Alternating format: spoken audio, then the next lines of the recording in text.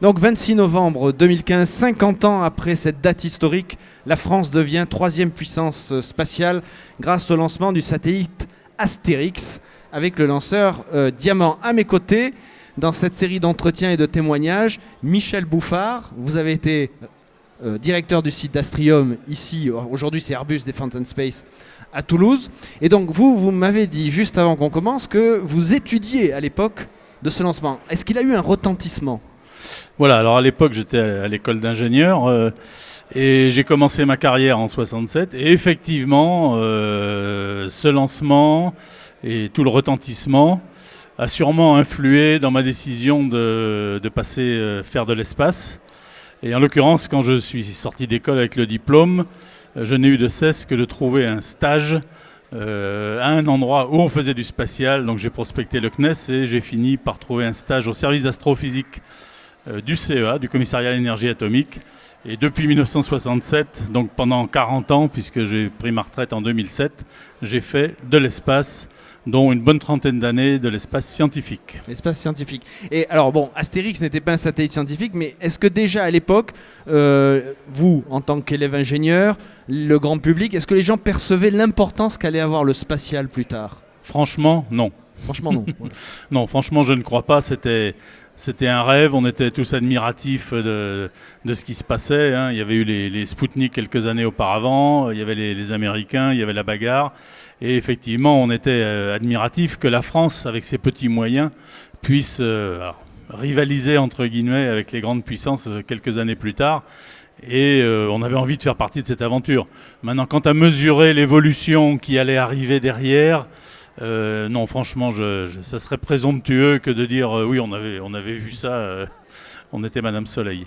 Donc l'importance géostratégique était peut-être mieux ressentie, c'est-à-dire c'était important que la France démontre qu'elle était à une hauteur technologique, qu'il y avait la technologie des missiles parce qu'il y avait un enjeu quand même de dissuasion nucléaire derrière, mais l'avenir scientifique du secteur spatial n'était pas très bien vu, si je comprends bien. Enfin, on le voyait moins. Non, je ne l'ai pas bien vu en 65. J'ai commencé à le voir en 67, puisque j'ai commencé ma carrière en travaillant sur le premier satellite scientifique européen, le sérieux par sa masse et ses performances, qui était TD1, qui était le premier satellite contrôlé 3 axes, et dont le maître d'œuvre était à l'époque Matra. Et moi, j'étais responsable d'expériences scientifiques sur ce satellite. Mais c'est là que j'ai commencé à côtoyer Matra. Oui. Et quel était le but d'ailleurs de ce satellite TD1 au niveau scientifique ? Bon, il était assez divers. Il y avait des expériences sur le rayonnement cosmique, sur le rayonnement gamma, sur les rayons X. En fait, on était au balbutiement de découvrir ce qui se passait là-haut, au-dessus de l'atmosphère. Donc il y avait effectivement tout à découvrir, tout à faire. Et il y avait sur TD1 un certain nombre d'expériences qui étaient là pour mesurer les rayonnements cosmiques divers et variés qui se promenaient au-dessus du champ magnétique terrestre. Dans tous les domaines, hein, il y a du rayon X au rayon gamma. Hein. Oui, parce qu'au sol, vu que l'atmosphère et le champ magnétique nous protègent, on ne peut pas les détecter. Tout ça, ça n'existe pas. La seule détection qu'on a des électrons et des rayonnements ionisants, ce sont les lumières du pôle quand ça interagit avec l'atmosphère. Mais ça n'arrive pas jusqu'à nous. Les aurores polaires. Les aurores boréales. Donc il faut passer au-dessus de l'atmosphère. Et au-dessus même, loin des champs magnétiques, assez loin des champs magnétiques terrestres qui filtrent les particules chargées. Donc pour pouvoir étudier tout ça, il n'y a que les satellites. Et quand vous êtes arrivé dans le monde du travail spatial en 1967, est-ce que Astérix était une sorte de cas d'école ? Est-ce que les enseignements de ce vol étaient appliqués ou on était déjà passé à d'autres solutions technologiques ? À cette époque-là, c'est allé vraiment très très vite. Parce que derrière Astérix, il y a eu la série des D2A, D2B, etc. Il y avait aussi le premier satellite télécommunication européen de l'époque. Donc ça allait vraiment très très vite, je dirais presque plus vite que maintenant. Et donc, comme le disait Georges tout à l'heure, Astérix n'était qu'un témoin de la bonne satellisation de quelque chose et n'avait pas d'objectif scientifique. Hein. On achetait un transpondeur aux États-Unis, etc. Il n'y avait pas d'objectif de ce style. Donc c'était juste la démonstration que le lanceur avait bien fonctionné. Et c'est seulement après, avec les D2A, D2B, qu'on a démontré qu'on pouvait faire de la science. Et TD1 a été derrière le premier gros satellite scientifique avec des objectifs très très ambitieux et qui a d'ailleurs parfaitement marché. Et on a vu arriver les extraordinaires possibilités de ce genre de satellite avec les D2A, D2B et TD1. Alors le lanceur qui a servi à satelliser Astérix, Diamant, a continué quand même lui sa carrière. Après, il s'est pas arrêté avec Astérix. Non, il y a eu 10 tirs Diamant, dont je crois 2 ou 3 échecs, mais enfin 7 ou 8 réussites Diamant qui ont lancé des satellites divers et variés. Mais malgré tout, à l'époque, pour les gros satellites, on avait encore recours au lancement US. Et effectivement, ce n'est qu'avec l'arrivée de la filière Ariane qu'on a réussi à obtenir l'indépendance de lancement de l'Europe. Mais bon, il faut commencer petit, on ne peut pas tout de suite atteindre les performances maximales. Donc c'est vraiment Diamant qui a ouvert la voie à Ariane. Bon, avec l'épisode peut-être un peu plus embêtant d'Europa, mais c'était une parenthèse qu'on oublie très vite. Diamant a ouvert la voie à Ariane sous l'égide de la France et c'est là qu'on a gagné notre indépendance. Donc Diamant a bien été à l'origine de l'indépendance complète, même si au départ Diamant lançait des masses relativement faibles. Par contre Ariane, lui, lance des foules satellites. Oui. Alors, par rapport à cette époque jusqu'à maintenant, les technologies ont évolué, mais est-ce que vous avez aussi vu un changement dans la façon de gérer les équipes, de gérer les projets ? Comment ça s'est passé ? Parce que vous m'aviez dit qu'au départ c'était très rapide. Alors au départ, effectivement, les satellites étant plus petits, se construisaient beaucoup plus rapidement. On faisait un satellite en 6 mois, 8 mois, parce que c'était petit. Et je dirais, on n'était pas très très organisé dans la gestion de projet, dans la structuration du projet, dans les procédures, etc. Même si ça démarrait. Au fur et à mesure qu'on a pris de l'expérience et qu'on a construit des satellites de plus en plus gros, de plus en plus compliqués, il a bien fallu passer de la petite équipe commando très motivée qui était la règle à l'époque. Ce qu'on appellerait aujourd'hui une start-up un peu. C'était un peu l'esprit start-up. Voilà. C'était un peu l'esprit start-up, tout à fait. À des équipes beaucoup plus structurées, beaucoup plus procédurées, où les gens ont moins de liberté, moins d'initiative, mais où le résultat est quand même plus garanti. Donc oui, j'ai vu toute cette évolution de management des équipes. Et bon, il est vrai qu'aussi, parfois, on regrette un peu l'esprit start-up, l'esprit commando, l'esprit d'initiative. Il n'y avait pas grand monde pour vous embêter dans ce que vous faisiez.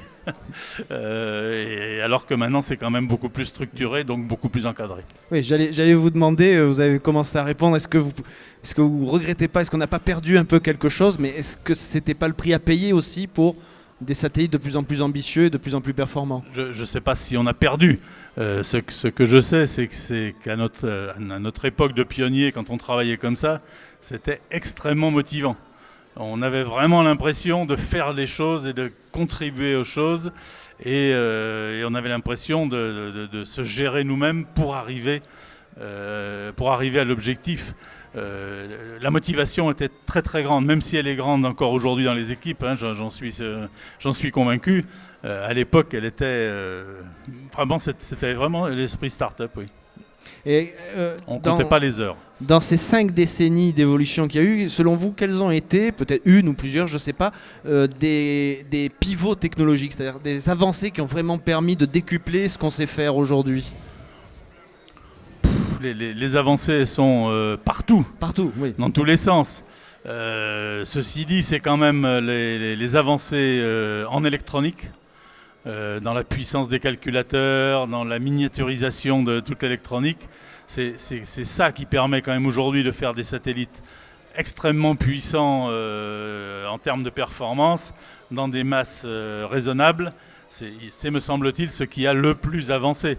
Il faut voir qu'aujourd'hui, les satellites de l'époque avaient des microprocesseurs qui n'en étaient à peine et qui avaient des capacités de calcul moins que ma montre aujourd'hui. Aujourd'hui, dans un smartphone, on a beaucoup plus de calculs qu'il n'y avait à l'époque. Donc c'est vraiment, je pense, c'est l'électronique qui a permis de faire toutes ces avancées. Et si on parle un peu scientifique et observation de la Terre, c'est aussi toutes les avancées dans les détecteurs. Les détecteurs qui ont été faits à la base pour les photocopieurs, hein, tout bêtement. Spot, c'est un détecteur de photocopieur. Un détecteur de photocopieur. Absolument. Il a été spatialisé, tout ce qu'on veut, mais c'est un détecteur qui avait été conçu pour les photocopieurs. Et voilà, donc l'électronique, les détecteurs, pour l'observation de laser aussi, les progrès en optique. Mais les progrès en optique qui sont principalement dus aux ordinateurs qui permettent maintenant de polir des miroirs beaucoup mieux que ne le faisaient les hommes à la main et avec leur micromètre. Et c'est un cercle, je dirais, une sorte de cercle vertueux. Le spatial a besoin d'une technologie, par exemple en microélectronique, plus poussée, donc ça enclenche, peut-être on pousse, ce qui revient après vers le spatial redemande plus, ou c'est vraiment l'électronique qui évolue de son côté et qui permet de faire plus? Oui, je crois que c'est vraiment l'électronique qui évolue de son côté pour les applications terrestres, les puissances de calcul pour les applications terrestres, et le spatial en profite derrière. Le spatial, sur ces technologies très pointues, ne fait que profiter des évolutions en spatialisant des technologies qui ont été développées pour d'autres. Bon, effectivement, c'est l'évolution des photocopieurs qui a permis de faire des satellites comme Spot. Il y a beaucoup d'exemples de ce style. Ceci dit, il y a aussi un certain nombre de technologies qui ont été développées spécifiquement pour le spatial et qui maintenant ont essaimé et sont utilisées, mais c'est quand même moins fréquent que le développement pour des applications terrestres, genre smartphones et autres, utilisées par le spatial après. Et dans les 50 ans à venir, à votre avis, quels vont être les grands défis technologiques à relever? Vous ne savez pas? Peut-être justement, c'est parce qu'on ne sait pas que c'est fascinant. Si on m'avait posé la question il y a 50 ans de savoir à quel état on serait maintenant, franchement, j'aurais sûrement pas répondu ce que je peux voir partout, les Rosetta, Philae, Gaia et autres, Mars Express et Vénus Express, sans compter les Pléiades, Hélios et autres. Non, franchement, il était strictement impossible. Donc, j'aurais pas la prétention de vous dire comment ça va évoluer d'ici 50 ans. On arrive quand même à des niveaux de performance qui vont être de plus en plus difficiles à dépasser. Il y avait tout à faire. Il y a encore beaucoup de choses à faire. Mais par exemple, si on parle au niveau de l'électronique va sûrement pouvoir progresser encore par la finesse des gravures, des microcircuits qui va s'améliorer, quoiqu'elle est déjà très grande. Mais au-delà d'une certaine finesse, c'est très difficilement utilisable dans l'espace parce qu'il y a les radiations ionisantes.